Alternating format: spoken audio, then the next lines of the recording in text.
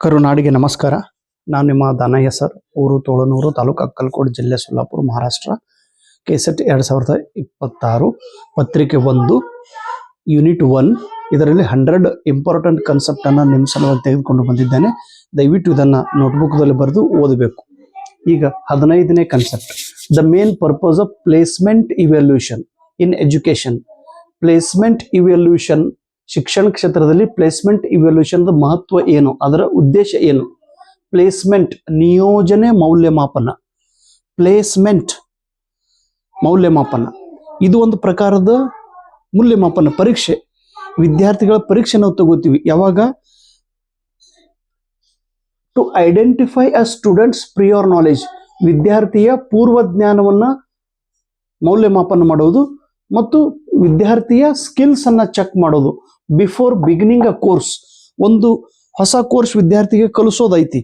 ಆ ಕೋರ್ಸ್ ಕಲಿಸೋಕ್ಕಿಂತ ಮುಂಚೆ ಅದರ ಬಗ್ಗೆ, ಆ ಕೋರ್ಸದ ಬಗ್ಗೆ ಅವನಿಗೆ ಏನಾದರೂ ಸ್ವಲ್ಪ ಜ್ಞಾನ ಇದೆಯೋ, ಆ ಕೋರ್ಸದ ಬಗ್ಗೆ ಅವನಿಗೆ ಏನಾದರೂ ಕೌಶಲ್ಯ ಇದೆಯೋ ಅನ್ನೋದನ್ನ ಚೆಕ್ ಮಾಡಿಕೊಳ್ಳುವ ಸಲುವಾಗಿ ಈ ಎಕ್ಸಾಮ್ ಅನ್ನ ತೆಗೆದುಕೊಳ್ಳುತ್ತಾರೆ. ಇದಕ್ಕೆ ಪ್ರೀ ಟೆಸ್ಟ್ ಅಂತ ಹೇಳಿ ಕರೀತಾರೆ. Pre test. Encouraging students to debate different view point on a subject. ಒಂದು ಸಬ್ಜೆಕ್ಟ್ ಮೇಲೆ ವಿವಿಧ ಪ್ರಕಾರದ ಡಿಬೇಟ್, ವಿವಿಧ ಪ್ರಕಾರದ ವಿಚಾರಗಳನ್ನು ವ್ಯಕ್ತಪಡಿಸುವುದು, ಚರ್ಚೆ ಮಾಡುವುದು, ವಾದ ವಿವಾದ ಮಾಡುವುದು, ಈ ಪ್ರಕಾರದ ಒಂದು ಪದ್ಧತಿ ಎಲ್ಲಿ ನಡೆಯುತ್ತದೆ? Is the most suitable method for a teacher to encourage reflective thinking in learner. ವಿದ್ಯಾರ್ಥಿ ಹತ್ರ ರಿಫ್ಲೆಕ್ಟಿವ್ ಥಿಂಕಿಂಗ್ ಹೆಚ್ಚಾಗಬೇಕು, ಪ್ರತಿಬಿಂಬಾತ್ಮಕ ವಿಚಾರಗಳು ಹೆಚ್ಚಾಗಬೇಕು ಅನ್ನೋ ಸಲುವಾಗಿ ಶಿಕ್ಷಕರು ಯಾವ ಮೆಥಡ್ ಅನ್ನು ಉಪಯೋಗಿಸಬೇಕು? ಈ ಮೆಥಡ್ ಅನ್ನ ವಿದ್ಯಾರ್ಥಿಗಳಿಗೆ ಡಿಬೇಟ್ ಮಾಡಲು ಪ್ರೋತ್ಸಾಹನ ನೀಡಬೇಕು, ಚರ್ಚೆ ಮಾಡಲು ಪ್ರೋತ್ಸಾಹನ ನೀಡಬೇಕು. The primary objective of teaching at the understanding level is, ಮೂರು ಪ್ರಕಾರದ ನಾನು ಹೇಳಿನಲ್ರಿ teaching: memory level, understanding level ಮತ್ತು ರಿಫ್ಲೆಕ್ಟಿವ್ ಲೆವೆಲ್. ಈ ಅಂಡರ್ಸ್ಟ್ಯಾಂಡಿಂಗ್ ಲೆವೆಲ್ದಲ್ಲಿ ಇದು ಅಂಡರ್ಸ್ಟ್ಯಾಂಡಿಂಗ್ ಲೆವೆಲ್ ದ ಮೇನ್ ಉದ್ದೇಶ ಏನು ಎಂದರೆ to foster the ability to see relationship and apply the concept. ವಿದ್ಯಾರ್ಥಿಗೆ ಆ ಕನ್ಸೆಪ್ಟ್ ಹೇಗಿದೆ, ಅದರ ರಿಲೇಶನ್ಶಿಪ್ ಹೇಗಿದೆ, ಅದನ್ನು ಹೇಗೆ ಯೂಸ್ ಮಾಡಬೇಕು ಅನ್ನೋದನ್ನ ತಿಳಿಸಿಕೊಡುವುದು objective of understanding level teaching ಇದೆ. ನೆಕ್ಸ್ಟ್ 18ನೇ concept, the characteristic of an adult learner. Adult learner ಅಂದ್ರೆ ನಾವು ದೊಡ್ಡವರಿಗೆ, ಪ್ರೌಢ ವಿದ್ಯಾರ್ಥಿ ಅಂತೇಳಿ ಕರಿತೀವಿ. ಈ ಅಡಲ್ಟ್ ಲರ್ನರ್ ವೈಶಿಷ್ಟ್ಯ ಏನು? They bring wealth of life experience to the learning process. ಈಗ ನೀವೆಲ್ಲರೂ ಅಡಲ್ಟ್ ಲರ್ನರ್, ನೀವ್ಯಾರು ಸಣ್ಣ ಹುಡುಗರಲ್ಲ, ನೀವೆಲ್ಲರೂ ದೊಡ್ಡವರು. ಒಂದು ಕಲಿಕೆಯ ಪ್ರಕ್ರಿಯೆಯಲ್ಲಿ ನೀವು ಭಾಗವಹಿಸ್ಕೊಳ್ತಾ ಇದ್ದೀರಿ. ಒಂದು ಕಾನ್ಸೆಪ್ಟ್ ಅನ್ನು ತಿಳ್ಕೊಳ್ಳಲು ನೀವು ಪ್ರಯತ್ನ ಪಡುತ್ತಿದ್ದೀರಿ. ಒಂದು ಕಾನ್ಸೆಪ್ಟ್ ಅನ್ನು ತಿಳಿದುಕೊಳ್ಳಬೇಕಾದ್ರೆ ನೀವೇನ್ ಮಾಡ್ತೀರಿ? ನಿಮ್ಮ ಜೀವನದ ಅನುಭವಗಳನ್ನ ಉಪಯೋಗ ಮಾಡಿಕೊಳ್ಳುತ್ತೀರಿ ಕಾನ್ಸೆಪ್ಟ್ ಅನ್ನ ಕಲಿಯುವ ಸಲುವಾಗಿ.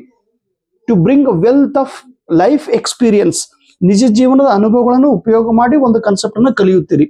A teacher wants to use ICT to enhance the learning experience. ಶಿಕ್ಷಕರು ICT ಅನ್ನು ಉಪಯೋಗ ಮಾಡಿ ಕಲಿಕಾ ಅನುಭವಗಳನ್ನು ಹೆಚ್ಚಿಸುತ್ತಾರೆ. Utilising a MOOC platform for a course. MOOC platform ಅನ್ನು ಉಪಯೋಗ ಮಾಡಿ ಆನ್ಲೈನ್ ಮೂಲಕ ಕೋರ್ಸ್ ಅನ್ನು ಕಲಿಯುತ್ತಾರೆ. Is an example of an online method of teaching. ಇದಕ್ಕೆ ನಾವು ಆನ್ಲೈನ್ ಟೀಚಿಂಗ್ ಮೆಥಡ್ ಎಂದು ಕರೆಯುತ್ತೇವೆ. ಈ ಪ್ರಕಾರದ್ದು the learners academic background and prior knowledge. ಒಬ್ಬ ವಿದ್ಯಾರ್ಥಿಯ ಪೂರ್ವ ಜ್ಞಾನ ಮತ್ತು ವಿದ್ಯಾರ್ಥಿಯ ಶೈಕ್ಷಣಿಕ ಗುಣಮಟ್ಟ, ಶೈಕ್ಷಣಿಕ ಜ್ಞಾನ ಎಷ್ಟು ಇದೆ ಅನ್ನೋದನ್ನ ತಿಳಿದುಕೊಳ್ಳುವುದು. This factor related to the learner would have the greatest impact on the effectiveness of teaching. ನಾನು ನಿಮಗೆ ಪಾಠ ಮಾಡ್ತಾ ಇದ್ದೀನಿ ರೀ, ನಾನು ಪಾಠ ಮಾಡುವಾಗ ನಿಮ್ಮ ಅಕಾಡೆಮಿಕ್ ಬ್ಯಾಕ್ಗ್ರೌಂಡ್ ಹೇಗಿದೆ, learners academic background and prior knowledge, ನಿಮ್ಗೆ ಎಷ್ಟು ನಾಲೆಜ್ ಇದೆ, ಪೂರ್ವ ಜ್ಞಾನ ಎಷ್ಟಿದೆ, ನಿಮ್ಮ ಅಕಾಡೆಮಿಕ್ ಬ್ಯಾಕ್ಗ್ರೌಂಡ್ ಹೇಗಿದೆ ಅನ್ನೋದರ ಮೇಲೆ ನನ್ನ ಬೋಧನೆಯ ಪರಿಣಾಮಕಾರವಾಗಿ ಇರುತ್ತದೆ. ನಾನು ಇಫೆಕ್ಟಿವ್ನೆಸ್ ಆಫ್ ಟೀಚಿಂಗ್, ನಾನು ನಿಮಗೆ ಪಾಠ ಮಾಡ್ತಾ ಇರ್ತೀನಿ, ನನ್ನ ಪಾಠ ಎಷ್ಟು ಇಫೆಕ್ಟ್ ಆಗಿ ನಿಮ್ಮ ಮೇಲೆ ಇಂಪ್ಯಾಕ್ಟ್ ಆಗಿದೆ, ಪರಿಣಾಮ ಆಗಿದೆ ಅನ್ನೋದು ನನ್ನ ಮೇಲೆ ಡಿಪೆಂಡ್ ಅಲ್ಲ, ನಿಮ್ಮ ಮೇಲೆ ಡಿಪೆಂಡ್ ಇದೆ. ನಿಮ್ಮ ಬ್ಯಾಕ್ಗ್ರೌಂಡ್ ಹೇಗಿದೆ, ನಿಮ್ಗೆ ಎಷ್ಟು ಬೇಸಿಕ್ ನಾಲೆಜ್ ಇದೆ ಅನ್ನೋದ್ರ ಮೇಲಿಂದ ನನ್ನ ಪಾಠವು ಪರಿಣಾಮಕಾರಕವಾಗಿ ಇರುತ್ತದೆ. 21ನೇ ಕನ್ಸೆಪ್ಟ್ ಫಾರ್ಮೇಟಿವ್ ಇವ್ಯಾಲ್ಯೂಷನ್. ಪ್ರಮುಖವಾಗಿ ಎರಡು ಅದಾವ್ರಿ, ಇದು ಪ್ರತಿ ಎಕ್ಸಾಮ್ದಲ್ಲೂ ಕೇಳುವಂತ ಕನ್ಸೆಪ್ಟ್, ಫಾರ್ಮೇಟಿವ್ ಮತ್ತು summative.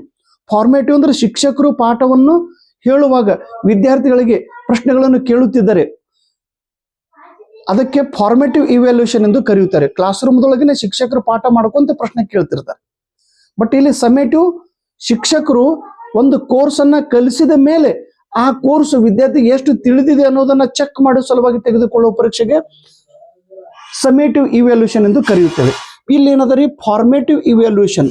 This evaluation is primarily concerned with finding out the extent of learning progress during the instructional process. ನಾನು ನಿಮಗೆ ಪಾಠ ಬೋಧನೆ ಮಾಡುತ್ತಿದ್ದೇನೆ, ಇದು ಲರ್ನಿಂಗ್ ಪ್ರೋಗ್ರೆಸ್ ದಲ್ಲಿ ಇದೆ. ಈ ಲರ್ನಿಂಗ್ ಪ್ರೋಗ್ರೆಸ್ ನೊಳಗ ಪಾಠ ಹೇಳುವ ಸಮಯದಲ್ಲಿನೇ ವಿದ್ಯಾರ್ಥಿಗಳಿಗೆ ಎಷ್ಟು ಅರ್ಥ ಆಗಿದೆ ಅನ್ನುವುದನ್ನ ತಿಳಿದುಕೊಳ್ಳುವ ಸಲುವಾಗಿ ತೆಗೆದುಕೊಳ್ಳುವ ಪರೀಕ್ಷೆಗೆ ಫಾರ್ಮೇಟಿವ್ ಇವ್ಯಾಲ್ಯೂಷನ್ ಎಂದು ಕರೆಯುತ್ತೇವೆ. ಧನ್ಯವಾದಗಳು.